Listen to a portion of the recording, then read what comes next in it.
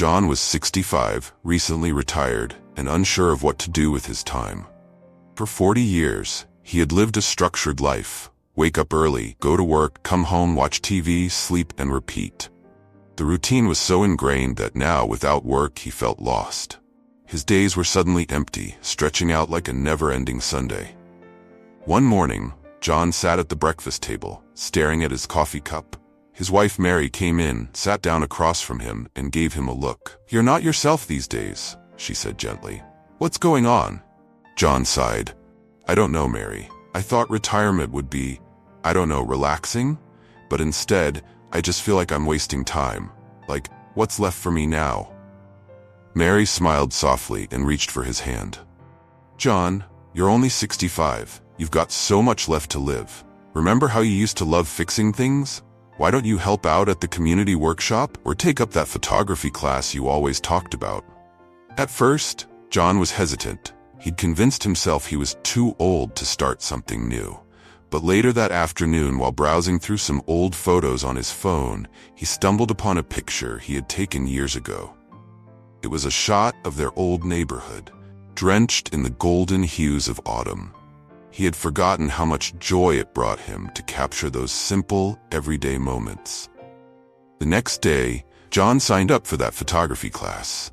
It was awkward at first, being the oldest one there. But he kept going, and soon enough, he found himself getting better, finding beauty in the world around him again.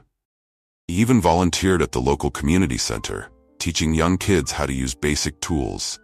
His heart felt lighter. He wasn't wasting time anymore. He was rediscovering his passion.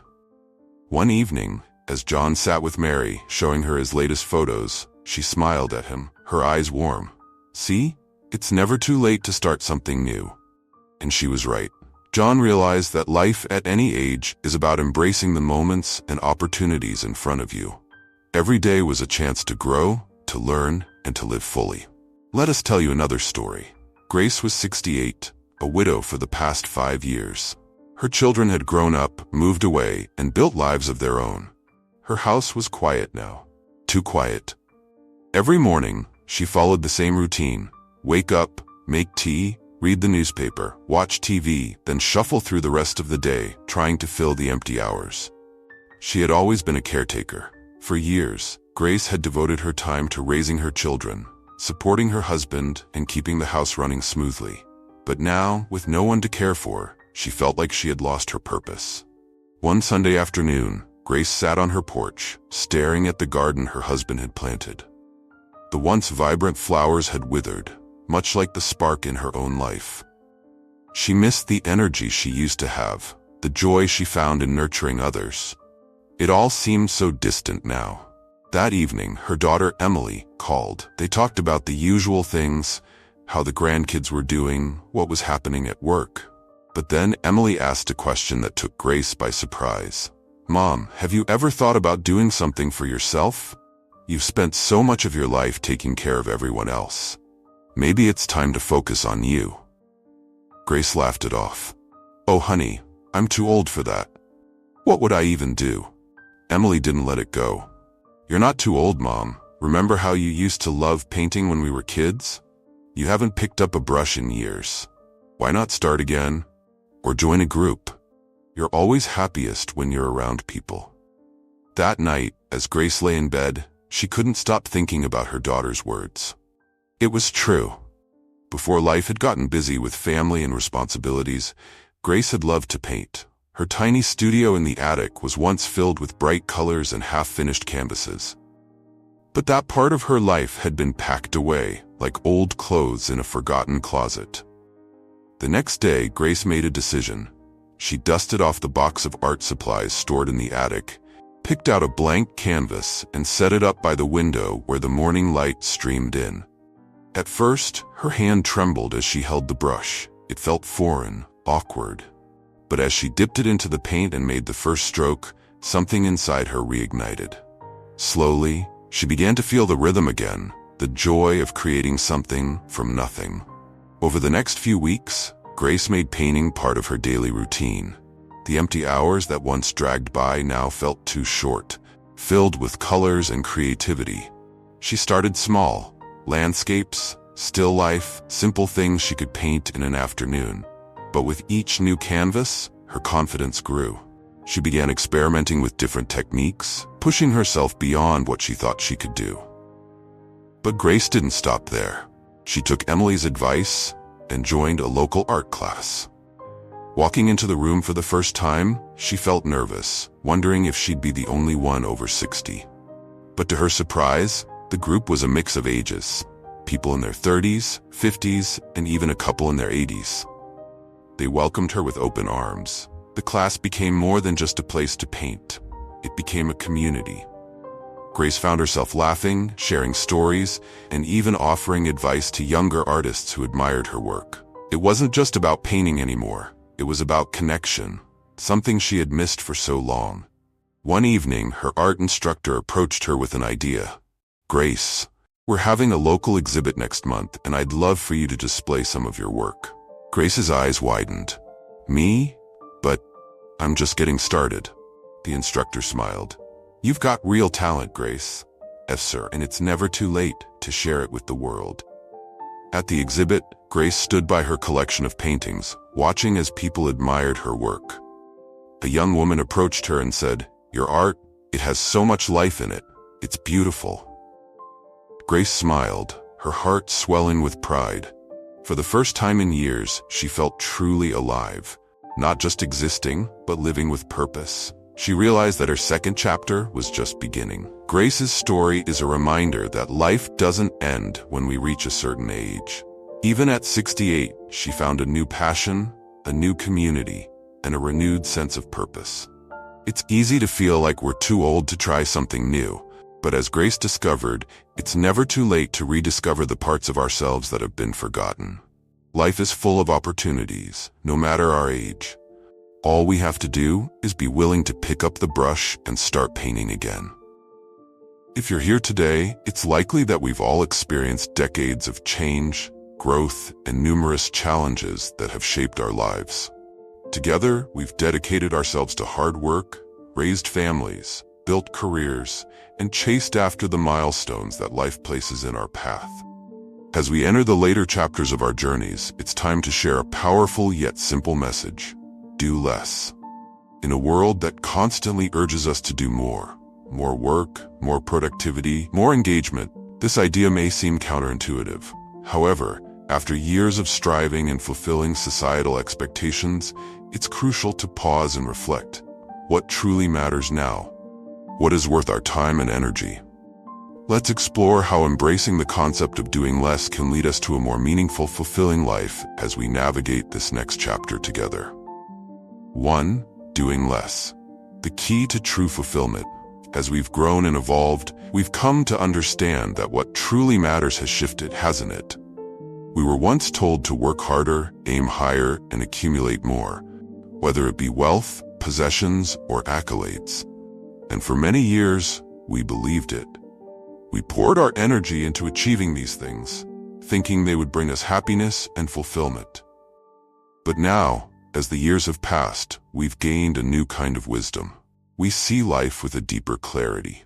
The real question we need to ask ourselves is, are these the things that still bring us joy and meaning? You see, we've been conditioned to chase after things that society deemed important. The rat race, the constant striving, it can be exhausting. But now at this point, it's time to rethink our approach. Time is no longer an endless resource for us. It's precious, perhaps our most valuable asset. So how do we choose to spend it? What would truly make us happy now? It's not about giving up or slowing down to a stop. It's about choosing wisely, doing less, but making that less more meaningful. Maybe we need less stress, less rushing around, fewer obligations that don't add value to our lives. Maybe we need more of what really matters, more connection, more peace, more time spent on things that bring us true fulfillment. We've been told that accumulating wealth or status is the ultimate measure of success. But when we look closely, is that really what brings us peace? For many of us, the realization comes that freedom from the things that no longer serve us, is the real key to lasting happiness. Money has its role. It can provide security and comfort, But after a certain point, having more of it doesn't translate into more happiness. We've saved, we've worked, and we've planned for our future. Well, here we are, in that future. Now what? What do we value more at this stage? For many, it's time. Time to enjoy the simple things, time to spend with loved ones, time to just be. These moments, sitting on a porch, watching the sunset, laughing with friends, become far more valuable than any paycheck could ever be. Think about it like this. Imagine someone who spent their entire life chasing financial success. They worked long hours, sacrificed their health, missed family gatherings, always putting off living for someday. Then, they reach a point where they have all the money they could ever need, but they realize that the one thing they can't buy is time. The relationships they neglected, the health they didn't prioritize, the joy they postponed, all of those opportunities are now behind them. We don't want to be that person. Let's invest our time wisely in things that truly matter, because unlike money, once time is gone, there's no getting it back. So, what will you do with the time you have now? Will you spend it chasing more, or will you spend it savoring more? It's a choice only we can make for ourselves. Let's make sure it's the one that brings us the most peace and happiness. 2. Reevaluating value. Time over money. We live in a world where we are often taught from a very young age that success is measured by wealth, by how much we earn, how much we own.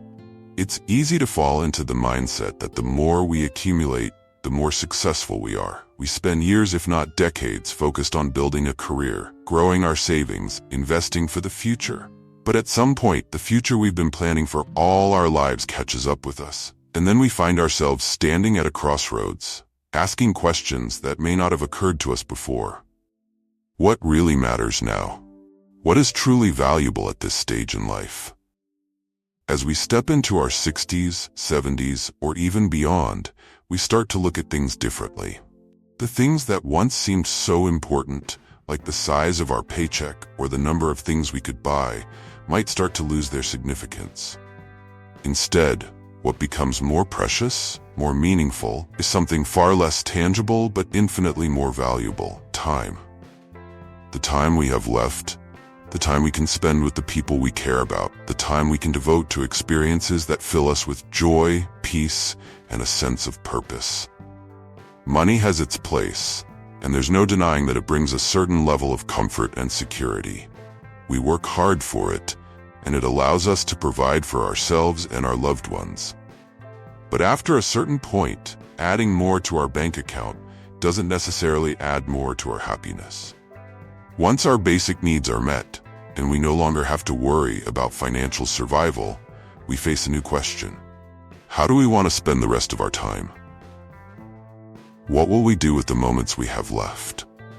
We often talk about investing money wisely, but how often do we talk about investing our time wisely? Time is a currency too, one that is even more limited and far more fleeting than money. Every hour, every day, every year we have is something we can never get back once it's gone. No amount of wealth can buy back a missed opportunity to sit with a loved one, to enjoy a sunset, or to pursue a passion that brings us fulfillment. When we start to reevaluate our lives through the lens of time rather than money, everything changes. We begin to see that what truly matters isn't the material things we've accumulated, but the relationships we've nurtured, the memories we've created, and the experiences that have shaped us. It's the quiet moments of laughter with friends, the joy of being present with family, the satisfaction of doing something we love just because it brings us happiness. These are the things that will matter most when we look back at our lives, not the numbers in our bank account or the possessions in our home. The shift from valuing money to valuing time is not always easy. It requires us to rethink what we've been taught, to challenge the idea that financial wealth is the ultimate measure of success. But once we make that shift, we begin to see life in a new way. We start to ask ourselves, how can we spend our time more intentionally, more meaningfully? How can we invest it in the people and experiences that truly enrich our lives? Imagine a life where we prioritize time over money, where we choose to spend a little less time chasing wealth and a little more time doing what we love with the people we love, where we give ourselves permission to slow down, to enjoy the simple pleasures of life, to savor the moments that bring us joy and peace. That's a life well lived, a life where we can look back without regret, knowing that we spent our time wisely, investing it in what truly matters. 3. Less work, more life. Escaping the pressure. We've been taught that more work equals more rewards, and that if we just keep pushing, we'll eventually arrive at a place of satisfaction. But now, more than ever, we're beginning to understand that this isn't always the case. In fact, more work can often mean less life. We can lose touch with the things that truly bring us joy, with the people and experiences that make life meaningful. Perhaps you've reached a point where you're considering stepping back from the relentless pace of work. Maybe retirement is on the horizon, or you're simply rethinking what work means to you. Wherever you stand, this moment is a gift.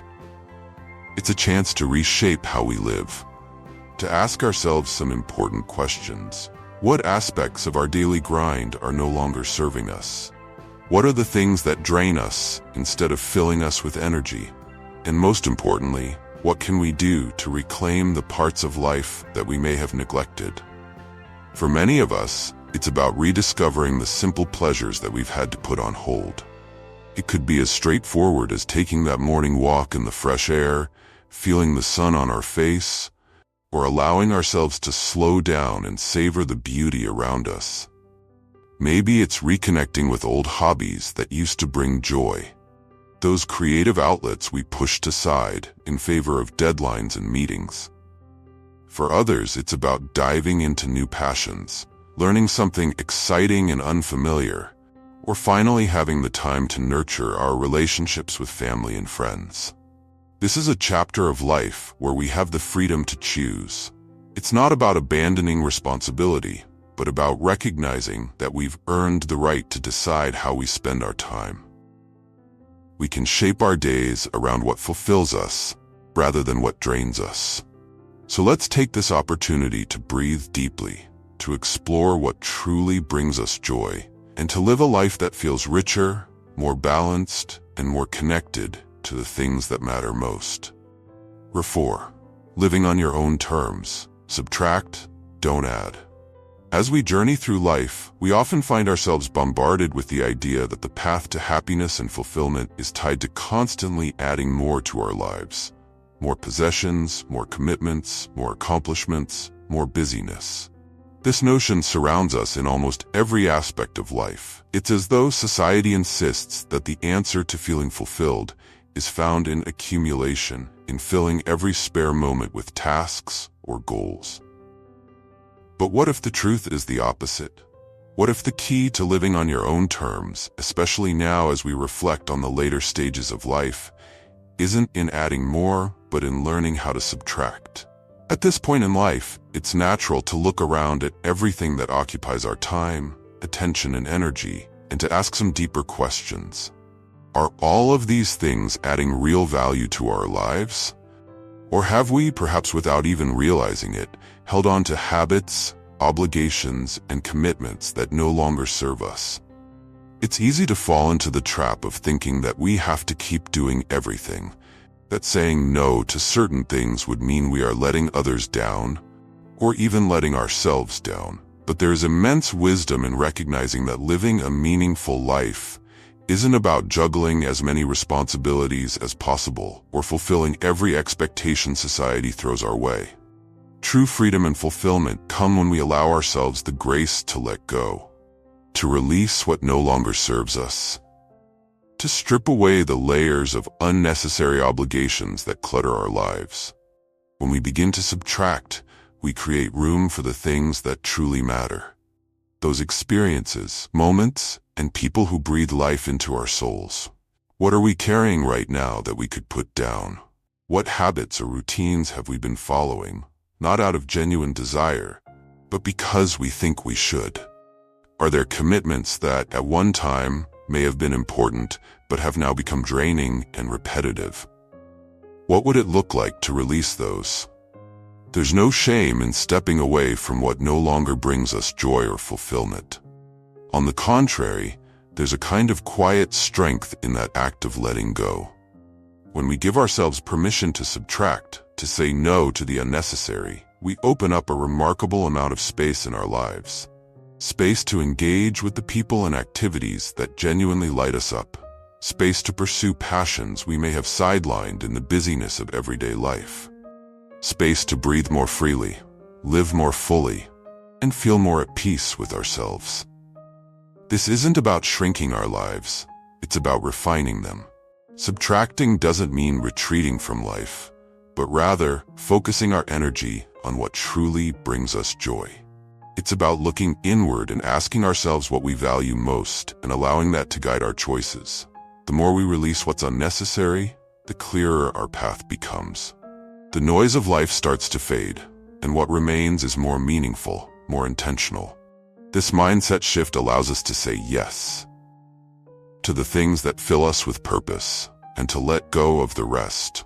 It's about curating a life that's in tune with who we are now, not who we were expected to be. 5. The joy of simple pleasures. Rediscovering what matters. We often realize that it isn't the grand achievements or the things we acquire. No, it's the little moments, the kind that sometimes go unnoticed, that hold the most meaning. Think about how wonderful it feels to sit with someone you care about, just enjoying each other's company, without needing to fill the silence with words.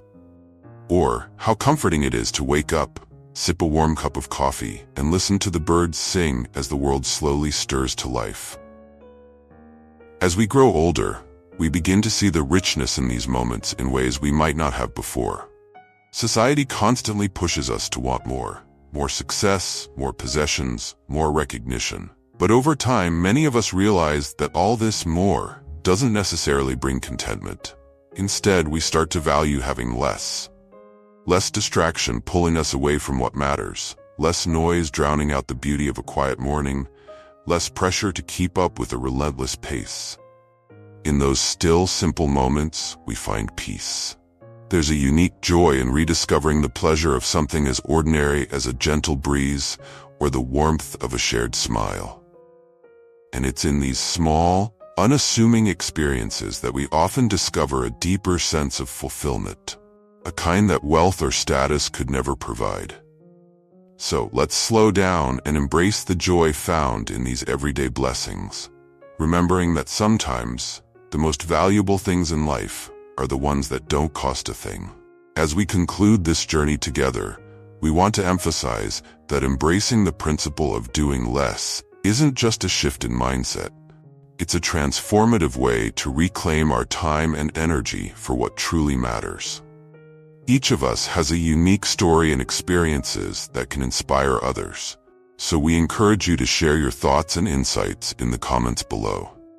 If this message resonates with you, please take a moment to like and share this video, spreading the word to those who may need to hear it.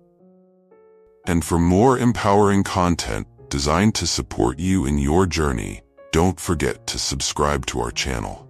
Together, let's cultivate a community focused on meaningful living and intentional choices. Thank you for being with us today. We can't wait to hear from you.